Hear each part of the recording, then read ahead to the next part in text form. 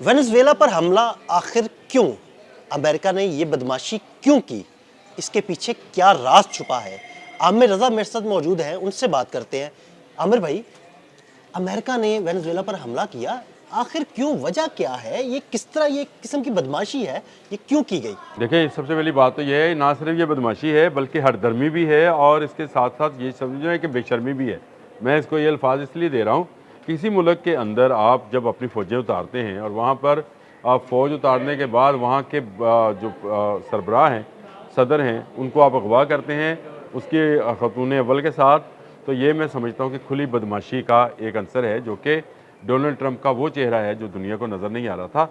ये सारी चीज़ें जो हैं ये इस बात की नुमादी है कि ये सिर्फ वेनेजुएला तक बात नहीं रहनी है, ये कोलंबिया तक भी जानी है, ये मेक्सिको भी जानी है, ये क्यूबा भी जानी है और ये चीन में भी आनी है। अब आप समझें कि ये जो लैटिन अमेरिका के ये ममालिक हैं, इन पर जो हमला किया गया है, हम ये समझ रहे हैं कि शायद ये इन ममालिक पर हमला है। कुछ जो अमेरिकन मीडिया है वो इसको प्रमोट ऐसे कर रहा है कि ये यहाँ से मंशियात जो थी वो अमेरिका में आती थी, उसकी रोकथाम के लिए ये वो सारी लेम एक्सक्यूज़ हैं। लेकिन असल हमला जो है ये किया गया है चीन पर, क्योंकि ये वो तमाम ममालिक हैं रशिया टूटने के बाद जहाँ पर सबसे ज़्यादा मफादात अगर किसी मुल्क के थे तो वो चीन है। आपने और मैंने अभी कल शायद उस पर हाइड्रोजन बम पे किया था, और हाइड्रोजन बम मैंने बताया था कि चीन क्यों बनाने जा रहा है, क्योंकि उसको सबसे बड़ा ख़तरा जो है अमेरिका की तरफ से है और अमेरिका अपनी पावर शो करना चाह रहा था। अमेरिकन ये साबित करना चाहते हैं कि उनके जो भी उनकी ऑपरेशंस हैं उनको चीन बर वक्त जो है पकड़ नहीं सकता, यानी चाइनीज़ इंटेलिजेंस जो है वो कमज़ोर है और इस हद तक कमज़ोर है। बात देखें, ये चंद मिनट की बात है कि जिसमें एक मुल्क का सदर वहाँ की प्रेसिडेंसी पर उतरा जाता है, मरीन्स उतरते हैं और उतर के ना सिर्फ गिरफ़्तार करते हैं बल्कि उसको एक और जहाज़ में मुंतकिल करते हैं और चाइना इस सारे लम्हात से ये समझे कि उसको उस लाइलम था। अब लाइलम क्यों था? चाइनीज़ इंटेलिजेंस एजेंसी ने क्यों नहीं बताया कि अमेरिका के अंदर से किसी दूसरे मुल्क के अंदर ऐसी चीज़ें चल रही हैं, हालांकि लंबे अरसे से ये बात चल रही थी। वो वेनेजुएला है या कोलंबिया है या मेक्सिको है या क्यूबा है, उनके मतलब ये बात चल रही थी। इसके बावजूद चाइना जो है वो खामोशी से इस मुल्क के साथ तेल की तिजारत करता रहा, क्योंकि जो उसका मुतमईन नज़र है वो यहाँ से पावर हासिल कर रहा था, और यही पावर जो है अमेरिका को किसी सूरत बर्दाश्त नहीं थी। इसमें जो बड़ी बात यह थी कि ऐलान किया मोडोरो ने, निकोलस मोडोरो ने, कि वो अपनी तमाम ट्रेड जो है युआन पे लेके जा रहा है, यानी चाइनीज़ जो करेंसी है उस पर लेके जा रहा है।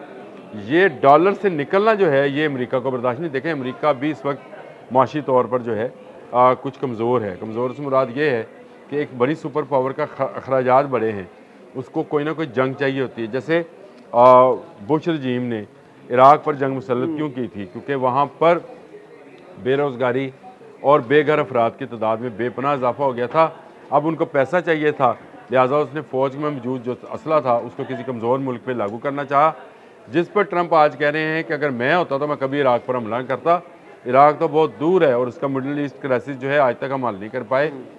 मैं हमला करता तो इन ममालिक पे करता। अब देखिए, उसने आगाज़ कर दिया और अब वो एक जहाज़ में जो इंटरव्यू देता है डोनाल्ड ट्रंप, आपने दिल भाई सुना होगा, वो बहुत ही ख़तरनाक और बहुत ही फ़िक्र अंगेज़ है, जिसमें उसने कहा कि अगली बारी कोलंबिया की भी हो सकती है और मुझे ये सुनकर अच्छा लगता है कोलंबियन ऑपरेशन, उससे अगली बारी जो है वो क्यूबा की हो सकती है, मेक्सिको में जो है वहाँ भी हो सकती है।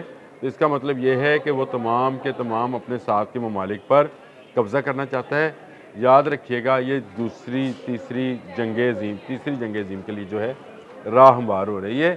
ट्रंप जो अमन के नारे लगाया करता था वो एक जंग की तरफ लेके जा रहा है और इसके लिए ही चाइनीज़ जो हैं वो अपनी तैयारी में हैं।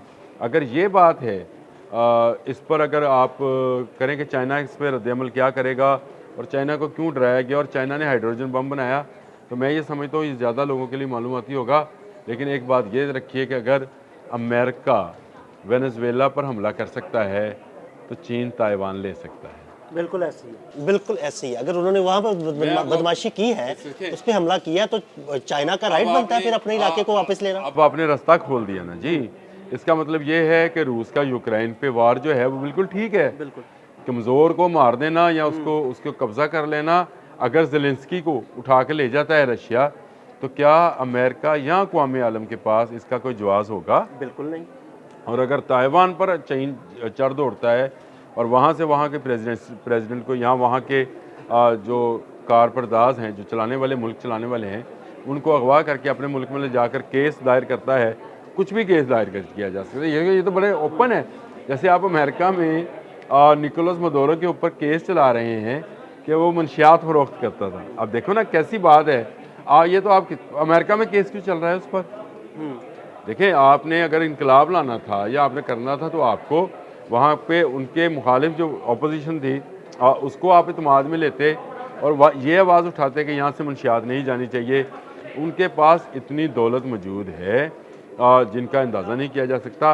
अब ये कहा जा रहा है कि हमने अगला हमारा टारगेट जो है, यानी साफ अल्फाज ये हैं दिल भाई उसके अमेरिकन प्रेसिडेंट के, कि मुझे ये सुनकर कोलंबिया ऑपरेशन का लफ्ज़ सुनकर खुशी होती है। यानी मैं खुशी का इजहार की मुराद ये है कि वो एक तरह से इजाज़त दे रहा है, वक्त का तयन किया जाएगा, लेकिन अगर ये जाएंगे तो फिर ताइवान में चीन जाएगा। लेकिन आमिर भाई, इन बातों से तो साफ एक चीज़ बड़ी वाज़ेह हो गई कि वो कोलंबिया हो, वो क्यूबा हो या खित्ते का कोई और मुल्क हो, अमेरिका बदमाश है। वो जब चाहे जहाँ चाहे हमला कर सकता है, कब्जा कर सकता है। दुनिया में कोई उसको पूछने वाला नहीं। देखिए, दुनिया में पूछने वाले जो लोग हैं, मतलब दुनिया में इस वक्त तो रूस तो पहले यूक्रेन वार के अंदर फंसा हुआ है और रशिया की इतनी है भी नहीं।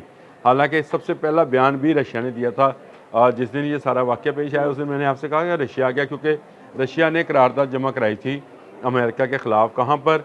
अक़वाम मुत्तहिदा में। देखिए, इजराइल ने बर्बरियत की इंतहा की गज़ा के अंदर, जब भी वहाँ करारदाद पेश होती है उसको अमेरिका वीटो कर देता है। अब यही हाल होगा जो रूस ने और चीन ने और क्यूबा ने मिलकर वहाँ पर जो करारदाद जमा कराई है उसको दोबारा से वीटो कर दिया। ये जो वीटो पावर है ये बड़ी खौफनाक चीज़ है, इस पर मैं हमेशा बोला करता हूँ।